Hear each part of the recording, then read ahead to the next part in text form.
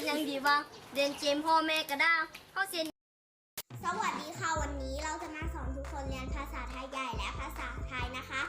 วันนี้เรามีเพื่อนใหม่นะคะ ชื่อว่าไบร์ทค่ะวันนี้หนูจะมาเรียนรู้กับคุณครูมิวนิกค่ะ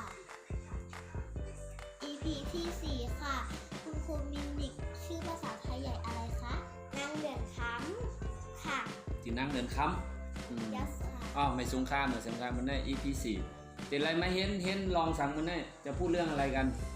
ขนมค่ะเรื่องขนมขนมภาษาไทยใหญ่ห้องมาคือลูกสาวขมุนค่ะโอเคกินขมุนเนี่ยพวกอย่างเงี้ยใส่ขนมเนี่ยมันมีหวานไม่หวานหวานถ้าภาษาไทยใหญ่ห้องมาคือเจมค่ะโอ้เป็นหน้าแล้วไอ้สาเหตุที่มันหวานเนี่ยมันทำจากอะไรน้ำตาลภาษาไทยใหญ่ห้องมาคือน้ำตาลเกลือหวาน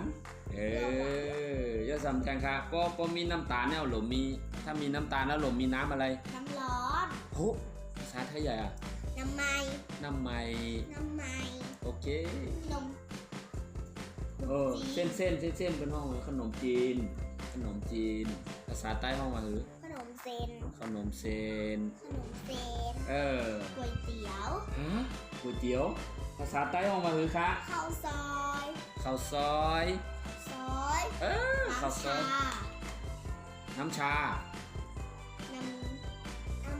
น้ำเน่งโอเคน้ำเน่งน้ำลาน้ำเน่งกาแฟโอ้ความใต้ห้องมาหรือภาษาไทยอย่างกาแฟน้ำเย็นน้ำด่างน้ำกัดน้ำลางข้าวสวยข้าวเจ้าโอ้เหมือนเอามาเห็น10 ข้อพอเจอเขาซ้ำติเลยหือคะกดไลค์กดแชร์กด Subscribe แล้วกดกระดิ่งให้พวกเราได้นะคะเอาค่ะชื่ออังคะมิวนิกชื่อไต